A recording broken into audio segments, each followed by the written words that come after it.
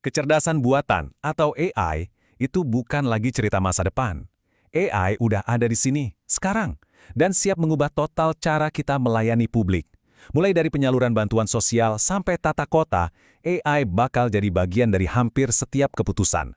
Nah, pertanyaannya sekarang adalah, gimana caranya kita memastikan teknologi ini jadi kekuatan untuk kebaikan, bukan malah sebaliknya? Inilah tantangan etika terbesar yang kita hadapi sebagai abdi negara.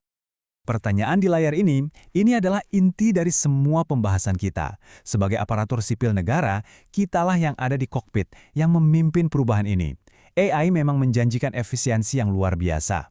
Tapi di balik janji manis itu, ada tanggung jawab yang super besar. Ini bukan sekedar soal adopsi teknologi baru ya, ini adalah ujian bagi kepemimpinan kita, ujian integritas kita dalam melayani negara. Oke, sekarang mari kita bedah risikonya. Karena di balik tumpukan data yang kita anggap objektif, seringkali ada racun yang nggak kelihatan. Kesalahan kecil dalam data, sebuah bias yang mungkin nggak kita sadari, itu bisa menyebar seperti virus dalam sistem AI kita. Hasilnya, keputusan yang bukan cuma salah, tapi juga bisa menghancurkan kepercayaan publik yang udah kita bangun susah payah bertahun-tahun. Slide ini nunjukin akar masalahnya dengan sangat jelas. Coba lihat di sebelah kiri. Itu penyebabnya, data historis kita. Data ini kan cerminan masyarakat kita, lengkap dengan semua bias dan ketidaksetaraan yang mungkin udah ada dari dulu. Nah, waktu data bermasalah ini kita jadikan makanan buat AI, lihat apa yang terjadi di sebelah kanan. AI itu nggak cuma belajar, tapi dia mengotomatisasi dan bahkan memperkuat ketidakadilan itu. Hasil akhirnya, diskriminasi yang sistematis dan sangat berbahaya. Lalu, solusinya gimana dong? Kan nggak mungkin kita berhenti berinovasi.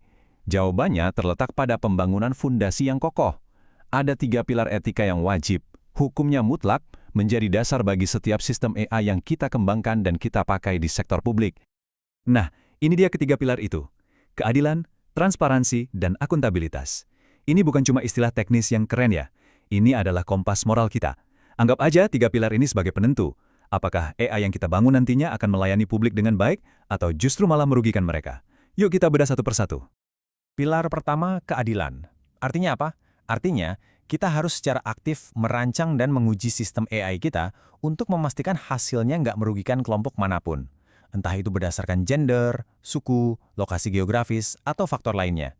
Tujuannya cuma satu, hasil yang adil dan merata untuk semua warga negara tanpa terkecuali. Selanjutnya, transparansi.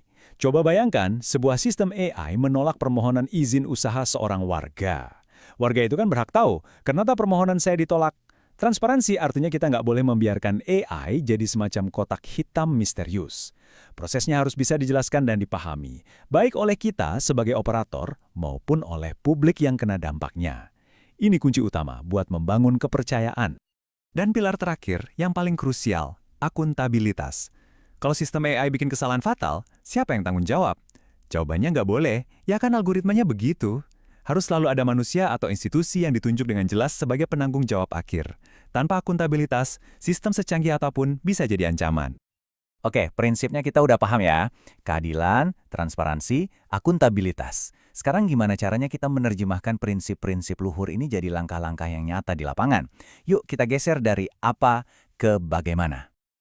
Kerangka kerja ini bisa kita anggap sebagai peta jalan. Langkah pertama, penilaian etis. Jadi, sebelum ngetik satu baris kode pun, kita harus tanya dulu, apa potensi dampak buruknya buat masyarakat? Kedua, mitigasi. Kita harus proaktif membersihkan data kita dari bias. Ketiga, uji dan validasi. Sistemnya dites bukan cuma soal akurasi, tapi juga soal keadilan. Dan yang terakhir, mekanisme umpan balik. Kita harus siapkan jalur buat publik melapor kalau sistemnya salah. Ini adalah siklus yang harus jalan terus-menerus. Salah satu praktik terpenting itu adalah transparansi algoritmik. Ini lebih dari sekedar menjelaskan keputusan loh. Ini adalah komitmen untuk membuka dapur algoritma kita ke publik. Kenapa ini penting banget buat pemerintah? Karena ini adalah inti dari akuntabilitas demokrasi di era digital. Warga negara punya hak fundamental untuk tahu dasar dari setiap keputusan yang mempengaruhi hidup mereka. Titik. Poin berikutnya yang sangat-sangat penting adalah pengawasan manusia atau human oversight.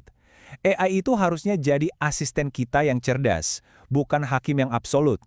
Untuk keputusan-keputusan yang risikonya tinggi, misalnya menentukan siapa yang layak dapat beasiswa atau siapa yang bisa dapat pembebasan bersyarat, harus selalu ada manusia yang terlibat untuk verifikasi dan ambil keputusan akhir. Ingat, AI hanya memberi rekomendasi, manusialah yang memutuskan. Kutipan di layar ini adalah inti dari segalanya. Coba kita resapi bareng-bareng. Teknologi hanya memberikan rekomendasi, keputusan akhir dan akuntabilitas tetap di tangan manusia. Jadikan kalimat ini sebagai mantra kita, karena tanggung jawab moral itu tidak akan pernah bisa kita delegasikan ke mesin. Nah, sekarang kita bawa semua ini kembali ke diri kita masing-masing. Sebagai ASN, Anda adalah garda terdepan. Anda adalah penjaga amanah publik. Di era baru ini, peran itu punya dimensi tambahan yang luar biasa penting. Inilah mandat Anda. Jadilah advokat untuk etika di unit kerja Anda. Jadilah orang yang paling kritis. Jangan pernah terima jawaban, ya sistemnya bilang begitu. Pertanyakan itu. Jadilah penjamin bahwa selalu ada pengawasan manusia dalam setiap proses. Dan yang terpenting dari semuanya, jadilah pejuang kepercayaan publik. Karena teknologi bisa datang dan pergi, tapi amanah kita untuk melayani rakyat itu abadi. Sebagai penutup, saya tinggalkan Anda dengan pertanyaan ini untuk kita renungkan bersama. AI adalah alat yang sangat kuat, ibarat pedang bermata dua. Ia bisa kita gunakan untuk membangun pelayanan publik yang jauh lebih baik, atau sebaliknya justru menghancurkannya. Pilihan itu dan masa depan pelayanan publik kita ada di tangan kita semua, dimulai hari ini. Terima kasih.